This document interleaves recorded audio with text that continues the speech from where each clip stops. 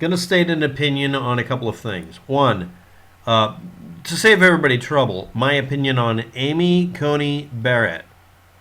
I'll give you an opinion. If I was running the Democratic National Committee and I had the ability to put everybody into the Internapult and get rid of them whenever they argued stupid stuff that wastes our time, I would do so and say, just let the Republicans allow Amy Coney Barrett to become the Supreme Court person and be done with it. This is a waste of energy and time.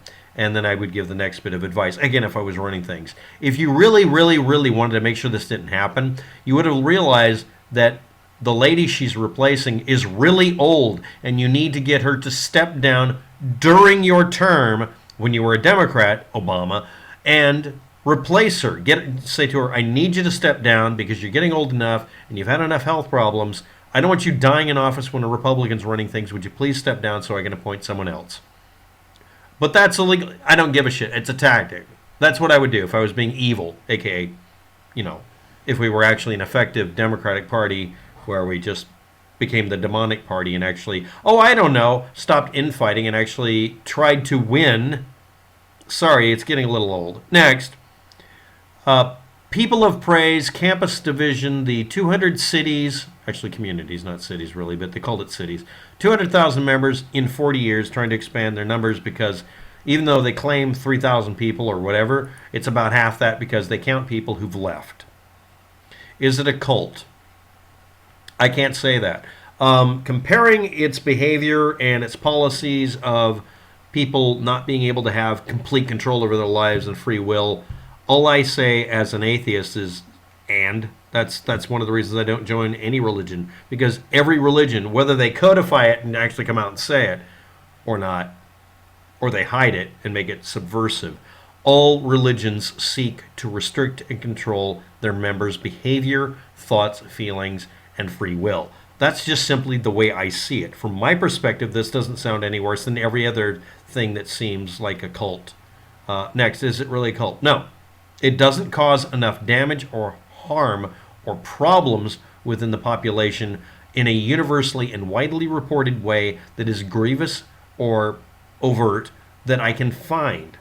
There are a lot of people complaining about leaving because they got tired of being bullied by people who were put in charge of them when they don't really think they should have the right to, but they left. I mean, that's it.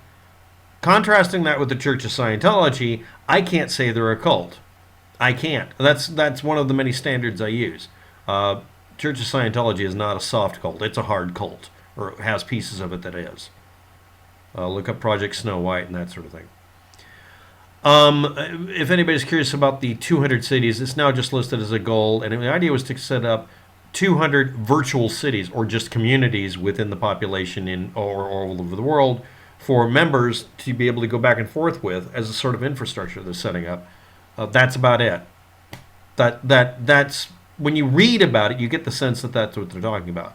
The 200,000 members was just an idea that they were going to try to find 200,000 people who wanted to join their population within the next 40 years. That's all this is about. That's it. It was a 40-year plan instead of a five-year plan. Not hammer and sickle, but Bible and thumper. So my opinion on this: will this affect her? She's stated as a Catholic, not necessarily as this population, that her being Catholic will inform her decisions as what she was appointed to or elected to before in another position. I find that abhorrent because, of course, I'm an atheist and I'm a hardliner on the separation of church and state. Does that mean that I have a reasonable argument for her not having the position of being a judge? No, because this is the effed up part. When she says something like, Roe versus Wade is not a unassailable decision, it can still be argued, she gives reasons for them.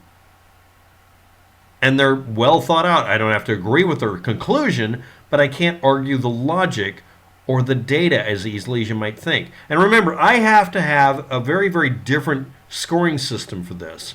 My low level is people screaming, burn everybody who's an abortion clinic person. That's a standard I grew up around. People who are literally willing to murder you because you voted Democrat or because you wanted women to have the right to not keep and bear arms, but not to have to bear children. I'm one of those people who advocate that you shouldn't restrict access to something like this for the same reason you shouldn't restrict condoms. I come from an era when people equated wearing a condom with murdering a kid and realizing that's batshit crazy. Is this lady anywhere near that? No. So again, I don't like her opinions, but that's not relevant. She's not bad enough to say you can't be the appointed person to have this position. Bannon shouldn't have been given any power. Every one of the other cronyism assholes from Trump's vomit cabinet shouldn't have been allowed in. But we don't have rules like that, apparently.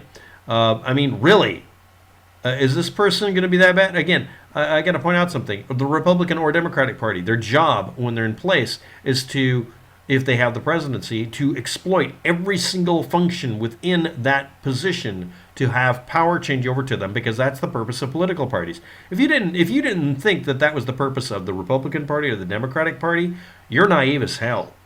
Obviously, for Republicans in power, he's required to put a religious fanatic in every position he can find if it'll have an effect after he's gone. If it's not going to have an effect after he's gone, he's going to soft pedal it.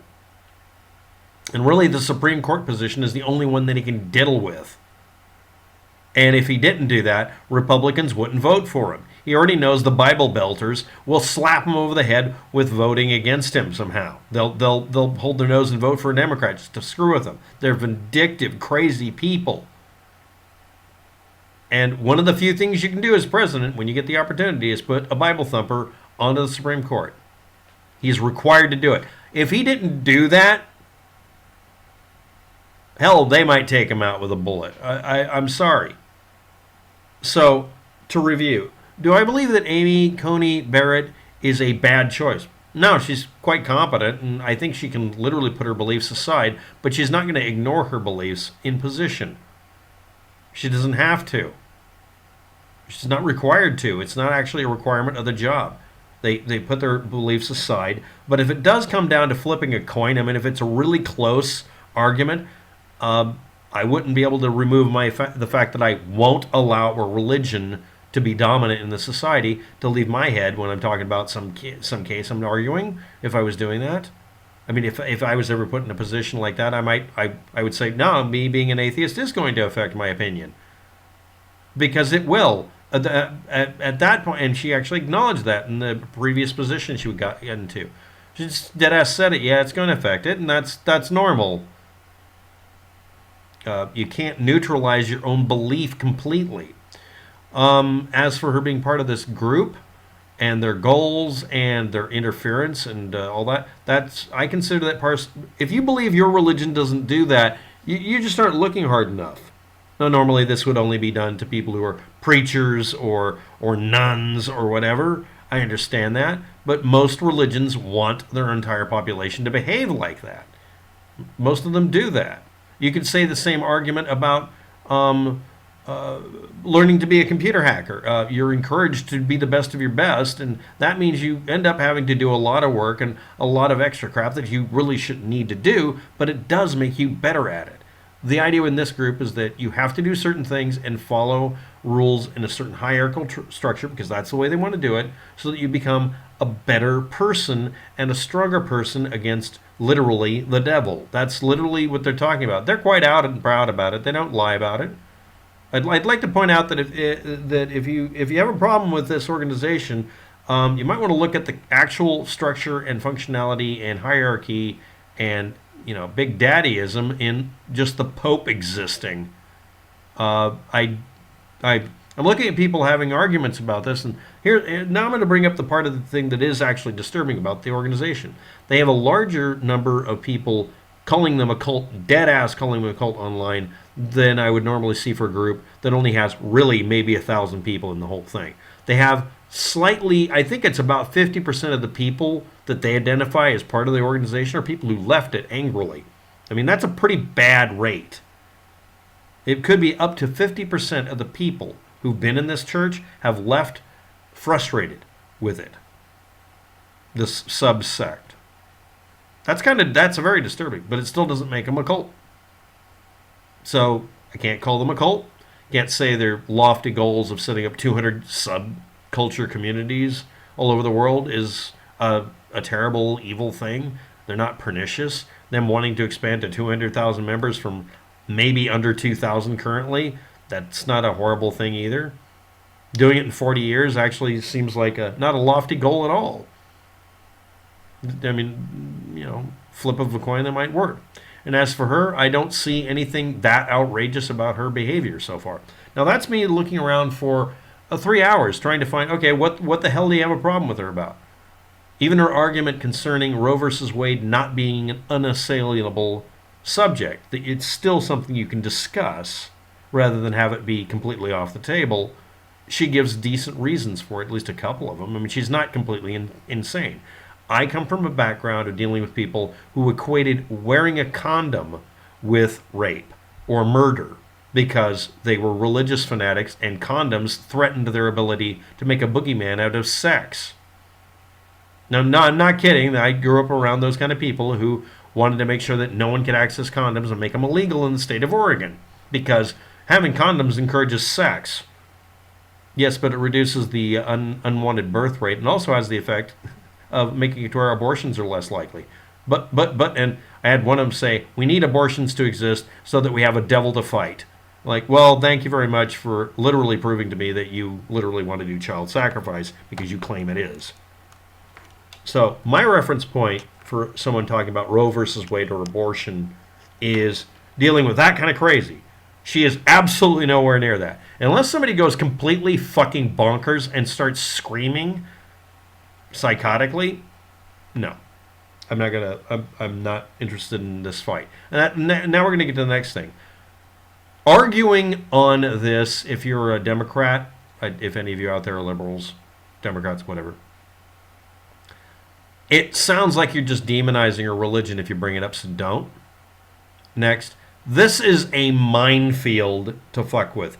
Approve her, slide it through. Don't give a fuck if it's the last few months of Donald Trump's current administration before an election. I don't care. This is one of those things, it's a dumb thing to argue at this point. There's not enough obvious shit that's bubbled up to the surface. Now I'm going to bring up the disturbing part of the subject matter here. The People of Praise Wikipedia article and several hundred websites are redacted. Now, normally I would assume it was a Church of Scientology thing because it stinks of it. But it's literally individual church members who dead-ass showed up and said, this is insulting and inaccurate, and I want you to take it down. And in most cases, talked the person into taking it down. They acknowledged it. They said that they shouldn't have done it. It was exceedingly unfair, and when they tried to make it fair, they just decided taking down the article would be better and just leave a note. I had an article appear on my blog. It said a bunch of nasty things about a group of people, part of a sect, and I took it down because it wasn't fair. It didn't let them respond to it. And when I tried to include it, I found out that I shouldn't have posted it in the first place. I found a lot of that. I also found other people posting all their horrible experiences because over half the people who are claimed to be a member are ex-members. And then finally, the Wikipedia article has been whitewashed because you can't find certain things listed there. Like a slightly embarrassing thing of calling it a prophecy to do 200 communities around the world. It wasn't a prophecy. It was treated like one for a while, and then they just decided it was a goal. And that's embarrassing, but again, that's not evidence of a cult. Having a blog called I Hate the People of Praise. Okay, I archived a couple of them. That's not really the name, but you get the idea. I've archived them, but they haven't been redacted. It doesn't have any of the stink of a bunch of shit happening. It looks like a few people who are advocates who are just mad about having their belief system insulted. I am absolutely sure it'd be better if everybody would just let this slide through and just let Donald Trump win this one. It's a waste of time. It's gonna blow up in your face arguing it. Thanks for watching. Have a good day. Good luck with that. But that's an opinion. That's all it is.